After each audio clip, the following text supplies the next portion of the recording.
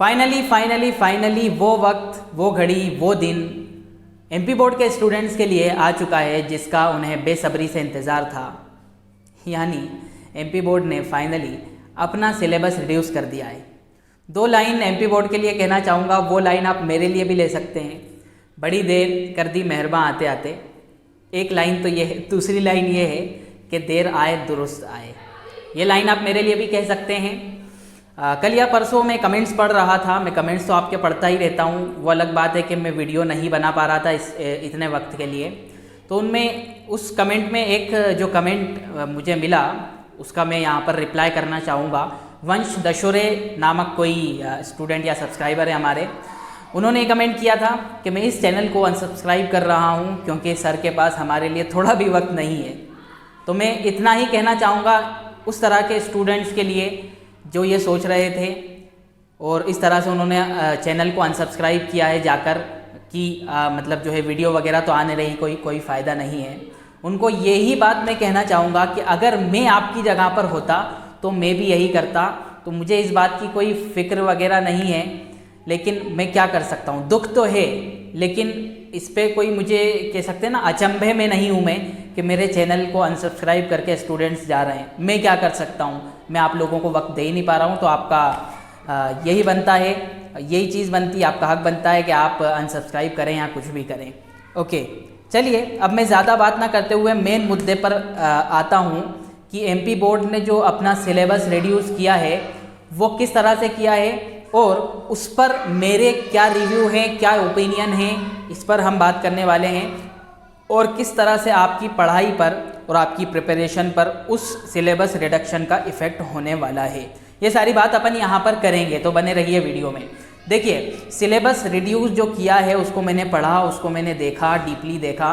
तो और देखने से ये पता लगा, ये चीज़ सामने आई कि अगर इतना सिलेबस रिड्यूस करना था और इस तरह से सिलेबस रिड्यूस करना था तो ये काफ़ी पहले हो जाना चाहिए था, काफ़ी पहले किया जा सकता था। मीनिंग मेरी बात का ये है कि जिस तरह से सिलेबस को रिड्यूस किया गया है और जो लिस्ट सामने आई है मेरे, वो देखकर ऐसा नहीं लगता कि सिलेबस के रिडक्शन में इतनी मेहनत लगी होगी कि 3, 4, 5, 6 महीने लग गए। सिलेबस को रिड्यूस करने में 5 महीने लग गए, इतनी मेहनत नहीं लगी होगी। ये चीज़ मेरे सामने मुझे जो है यहाँ पर लगती है, मेरा ओपिनियन है। ओके, एनीवेज, कुछ भी हुआ, कम हुआ तो सही, कम से कम हमारे सामने तो ये चीज़ आई कि ये सिलेबस इतना रिड्यूस हो चुका है। देखिए, रिव्यू अगर मैं देना चाहूँ तो वो ये है कि अगर आप ओवरऑल देखें तो 30% के आसपास सिलेबस लगभग अगर हम देखें 30% के आसपास सिलेबस रिड्यूस हुआ है। बट कुछ सब्जेक्ट में उन्होंने किस तरह से किया है कि एक चैप्टर भी कम नहीं किया है, एक भी चैप्टर कम नहीं किया है, लेकिन हर चैप्टर में से कुछ पार्ट निकाला है। और कुछ सब्जेक्ट्स में उन्होंने ऐसा किया है कि चैप्टर या बोल सकते हैं यूनिट पूरी के पूरी डिलीट कर दी गई है। एग्जाम्पल के तौर पर अगर मैं आपको बताऊं, एग्जाम्पल के तौर पर 12th के मैथमेटिक्स की हम बात करें तो 12th के मैथमेटिक्स में 3 डायमेंशनल ज्योमेट्री और वेक्टर नामक ये जो 2 यूनिट्स हैं, इनको पूरी तरह से डिलीट कर दिया गया है। तो ये आपको बिल्कुल भी नहीं पढ़ना है। लेकिन जो पढ़ चुके थे उनका क्या, उनके लिए कोई भी जवाब एमपी बोर्ड के पास नहीं होगा, जो लोग वेक्टर और 3D पढ़ चुके थे। लेकिन टेंशन लेने की, घबराने की कोई ज़रूरत नहीं है। आप लोगों ने पढ़ा है तो आपके कहीं ना कहीं ये चीज़ तो काम आने वाली है।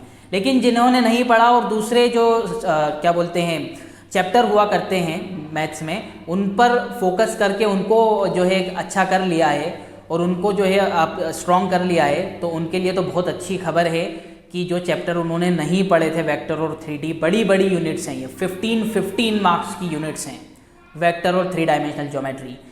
तो उनके लिए ये बड़ी यूनिट्स पढ़ना अब नहीं ज़रूरी है। अगर हम इंग्लिश में बात करें तो इंग्लिश में 12th क्लास की अगर बात करते हैं हम, तो बहुत ज़्यादा बड़ी राहत मिली है आप लोगों को कि जो स्वामी एंड फ्रेंड्स वाला और जो द सिल्वर बॉक्स, ये 2 बहुत बड़े चैप्टर हुआ करते थे मैं इंग्लिश में, उसको डिलीट, उन 2 चैप्टर्स को डिलीट कर दिया गया है। साथ ही साथ कुछ और चैप्टर भी डिलीट किए गए हैं। मैंने सिलेबस रिडक्शन की जो पहली वीडियो थी उस वक्त में बताया था कि सिलेबस इस तरह से रिड्यूस नहीं किया जाएगा इंग्लिश में या लैंग्वेज सब्जेक्ट में कि ग्रामर हटा दी, या फिर अपना ऐसे एप्लीकेशन हटा दिया या रीडिंग स्किल हटा दी, नहीं, ये सब चीज़ें रहेगी। सिर्फ लिटरेचर वाले पार्ट में से चैप्टर्स कम किए जाएंगे। तो 10th में भी ऐसा ही किया गया है, लिटरेचर वाले पार्ट्स में से कुछ चैप्टर कम किए गए हैं और 12th में भी ऐसा ही किया गया है। लेकिन 10th को ज़्यादा बड़ी राहत नहीं मिली है, क्योंकि 10th में जो लिटरेचर कम किया गया है उसमें से पहले भी ज़्यादा क्वेश्चन नहीं आया करते थे।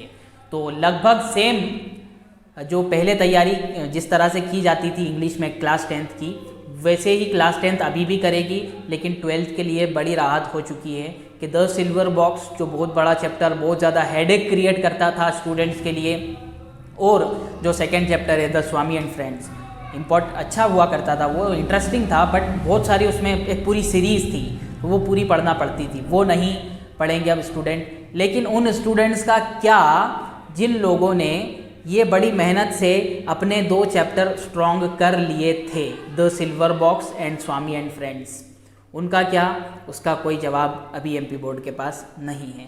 अभी आगे चल के मैं ऐसा नहीं बोलूँगा कि आगे चल के ये चैप्टर्स काम आएंगे आपके, बिल्कुल भी काम आने वाले नहीं है। लिटरेचर के ये चैप्टर्स थे।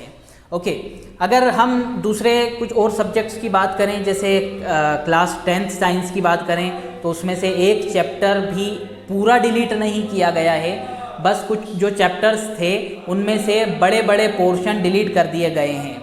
क्लास 10th की अगर आप बात करते हो तो क्लास 10th के मैथमेटिक्स की अगर आप बात करते हो तो क्लास 10th के मैथमेटिक्स में से भी ऐसा नहीं किया गया है कि पूरा के पूरा चैप्टर कोई डिलीट कर दिया गया हो, नहीं, बल्कि हर चैप्टर में से कुछ कुछ एक्सरसाइज हटा दिए। जैसे अगर हम बात करें कोऑर्डिनेट ज्योमेट्री जो आपका चैप्टर है, कोऑर्डिनेट ज्योमेट्री में जो लास्ट एक्सरसाइज होती है वो लास्ट एक्सरसाइज पूरी डिलीट कर दी। उसके अलावा अगर हम बात करें मेंसुरेशन नाम का जो चैप्टर है, सरफेस एरियाज एंड वॉल्यूम्स, इस चैप्टर में से भी जो लास्ट जो एक्सरसाइज है जिसमें फ्रस्टम ऑफ कोन है उसको कम कर दिया गया है।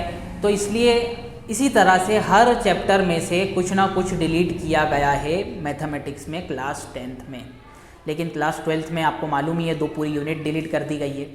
तो ये जो छोटी छोटी चीज़ें डिलीट करना है, ये कुछ लोगों के लिए, कुछ स्टूडेंट्स के लिए फ़ायदेमंद होती है, कुछ स्टूडेंट्स के लिए अच्छी नहीं होती है। ओके, तो ये सारी चीज़ें की गई थी।